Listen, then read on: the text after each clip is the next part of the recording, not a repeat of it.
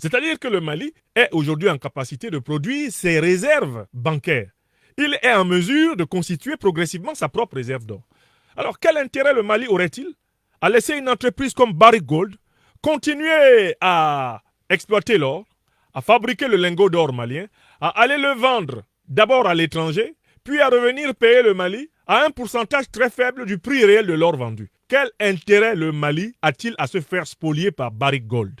Le président Assimi Goïta et ses compagnons ont bien compris qu'il faut extraire l'or malien sur place, il faut autant que possible le transformer sur place, et il faut nous-mêmes, Maliens africains, vendre notre or sur le marché international.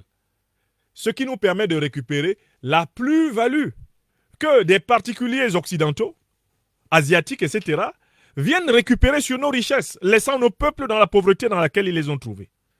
C'est ce processus qui a été engagé au Mali. C'est le même processus qui est engagé au Burkina Faso. C'est le même processus qui est engagé au Niger, par exemple par rapport à la question de l'uranium.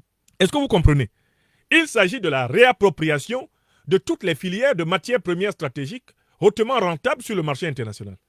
Oui, ça pose un vrai problème. Quel intérêt y a-t-il pour le Niger à laisser que Orano prenne le combustible brut de l'uranium, l'amène pour le transformer, le préparer dans les usines françaises ou dans les usines, je ne sais pas, asiatiques ou dans les usines américaines? Quel intérêt si on peut le faire sur place au Niger? Si le Niger peut déjà mettre le yellow cake dans l'état où il est vendable à l'international au meilleur prix, pourquoi le Niger se permettrait de laisser cela à des capitaux étrangers? C'est une foutaise.